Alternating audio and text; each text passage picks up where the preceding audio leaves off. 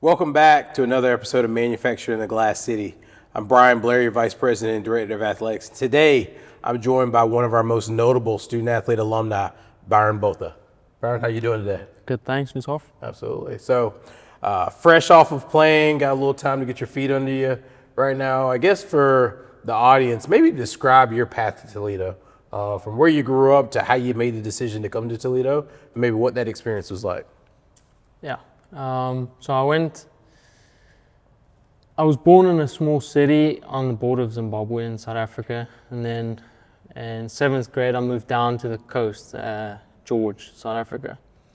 And then that's kind of where I prioritized golf over all the other sports. I transitioned from being first language Afrikaans to first language English in grade 9 and went to an English school. That was mainly for golf and then also to prepare me a little bit better for college. And then obviously my brother came to Toledo first. He got recruited by a placement or recruiting agency called, I can't remember what the name was, but they did a good job, whoever they were. Yeah, I mean, my brother got placed here by the recruiting agency, and then my brother told Coach Jeff that he had a brother, a younger brother.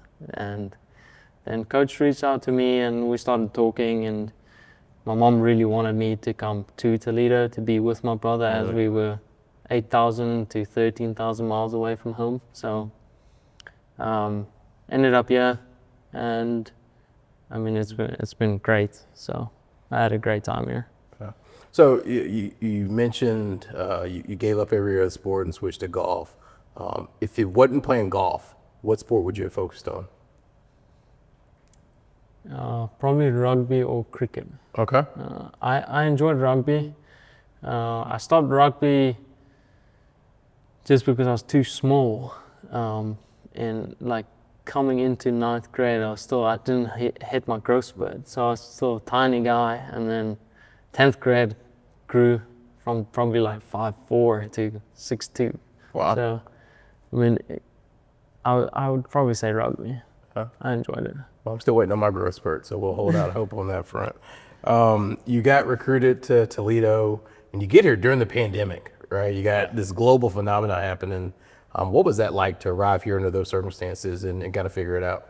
And it was definitely an interesting time. My first semester, I was all ready to come to Toledo, to the United States, and then ended up staying home for the fall.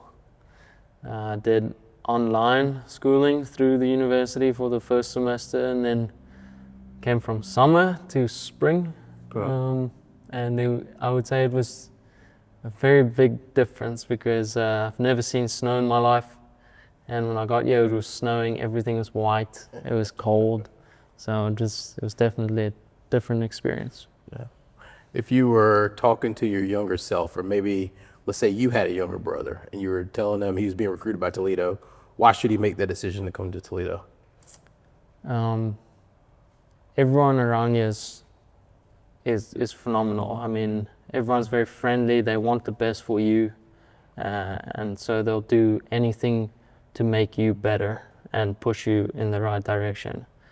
I had my struggles when I was here, and there's a lot of resources around here that you can use to take the next step forward and improve whatever you're doing. So yeah, I mean, one of those resources we always talk about is like this community's got so many leaders, business leaders, companies that lean into the university. I see American Interiors on your shirt. Steve Essig is a great friend of the program. I mean, what's that relationship look like? Because obviously it's continued after you've left the University of Toledo.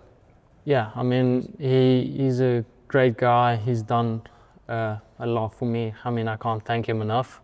And I mean, I have Agile Blue too, which is another Toledo alum. Also great guys, done a lot for me. I've played a lot of golf with both of them. Steve helped me out in a lot of ways. I mean, I get to stay with him because I don't have my own place in the States. This is not my home right now. So, I mean, he's done a lot for me, and I mean, I can't thank him enough. Yeah. One of those other resources that we have here in Toledo is Inverness, right? And to have a course like that, a stone's throw away from our campus, to be able to call your home course. I mean, just what does that mean specific to those that maybe not be familiar with a course of that caliber? Yeah, I mean, Toledo, Inverness, and having Toledo. So when I got here the first time and saw the golf course for the first time, I knew this was going to be the place for me, because that golf course is one of the top and most difficult golf courses you'll play in the United States.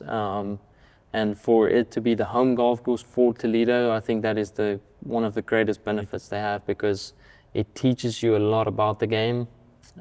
So you learn a lot about your own game and the game of golf. And I think that golf course has prepared me the best for the next step, because I learned making pars is not a bad score. Where you go to any other golf course, if you make a par, it might not feel as good. Where at Inverness, if you make a par, you're happy with it, if you can keep the bogeys off the ground. I love that.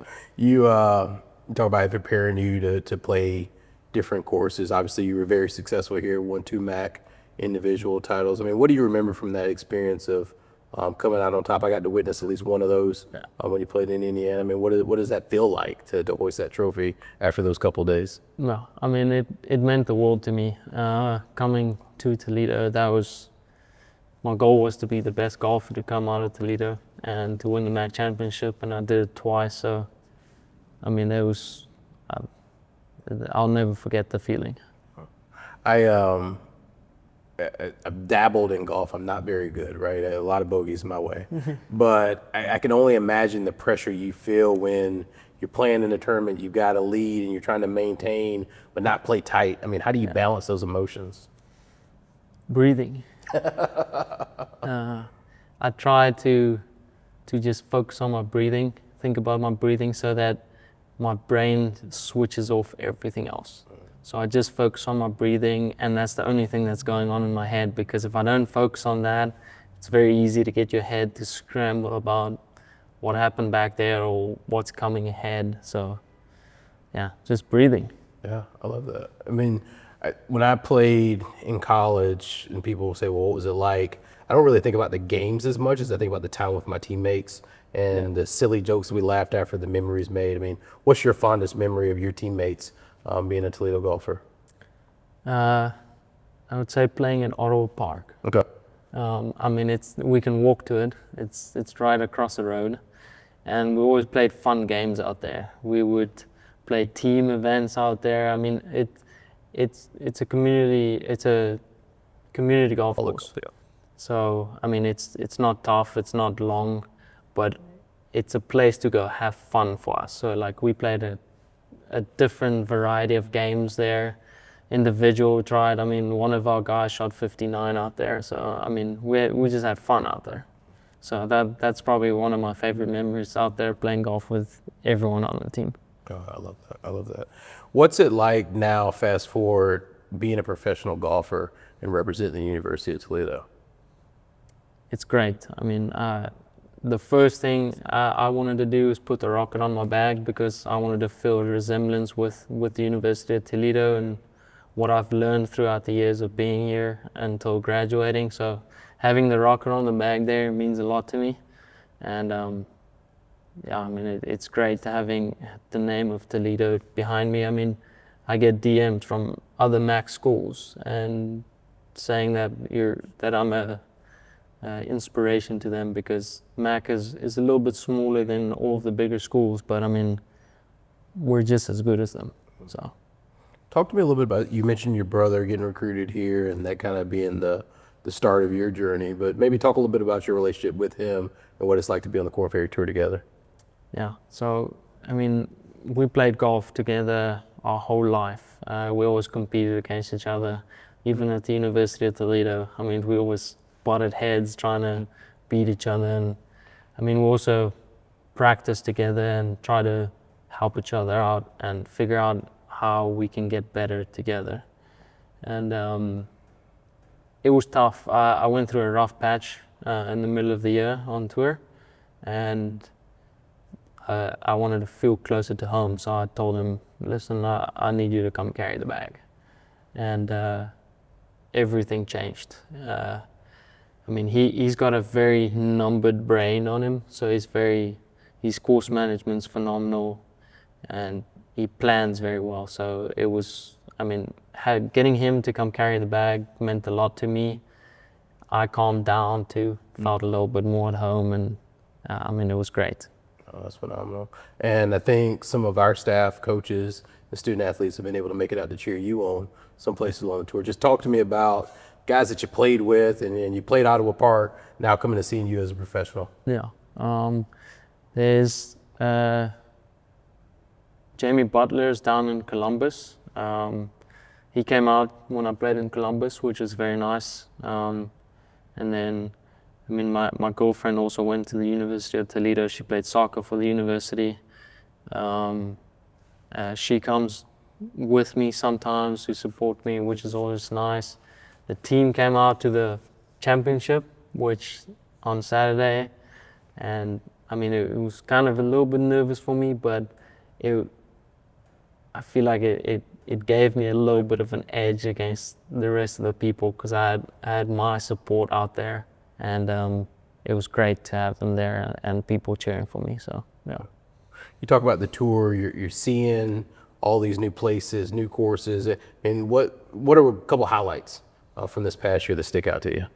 Obviously the tour championship, that was probably my best highlight. I mean, I had fun, I had a lot of support out there, and T2, it's not the result we wanted, or seconds alone, not the result we wanted, but it was a good fight. I mean, a big learning experience, so took a lot from that. And yeah, I mean, throughout the year, learned a lot about my body and my game, learning how to travel, making sure you eat the right food, your recovery, and just maintaining the body, because it's a lot of golf. It's a lot of traveling, like you're always on a plane or in a car, sleeping in a different bed every week. So, I mean, just learning how to control all of that and do your best to stay in your space. Maybe tell us a little bit more about that, right? You talk about away from the golf course, what you're doing to keep your body in top shape, the nutrition piece. Like, what's changed since you were at the University of Toledo to now being a professional golfer? What does that structure look like?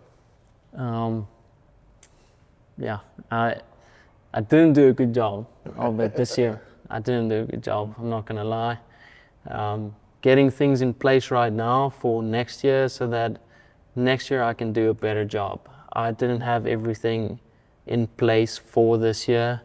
It was my first year, but that's also not an excuse. But this year allowed me to learn a lot about myself and what I need for next year to improve and get better. So putting things in place and getting a structure of workouts that I can do to maintain the body, nutritional plans that I can follow, because you need to eat the right things. I mean, if you look after your body and what you put in your body, I mean, you can only get better. So, I mean, trying to keep everything to the standard to where I want to go. So, and then the one thing that I used a lot when I was at the university was the mental health. Like, I mean, I learned a lot, and that's where I learned most of my things, is from going to the mental health here at the University of Toledo. And I kind of slacked on that this year too. So getting things of that in place again. So yeah, I mean, there's a lot to improve on and a lot learned this year.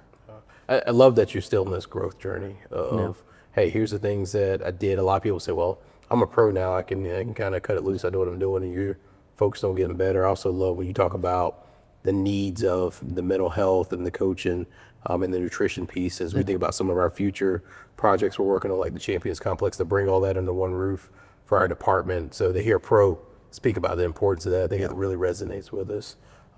As you think about your pro career, I mean, 5 years from now, what are you looking forward to the most? Being on the PJ Tour and representing my name and the university's name. Yeah. Keep it to a high standard. Yeah. Well, I think we're all incredibly proud of you. I love seeing the tweets and social media every time you're on the tour, people talking about you and all that you're doing, and then you holding yourself to a standard, but you're also setting the standard for so many to come behind you, frankly, regardless of sport. And whether you're golf, tennis, or football, to know that you can do amazing things from the university, I think you're a shining example. So we appreciate you. Thank you. No, absolutely. It's been another episode of Manufactured in a Glass City. We look forward to seeing you next time. Go Rockets.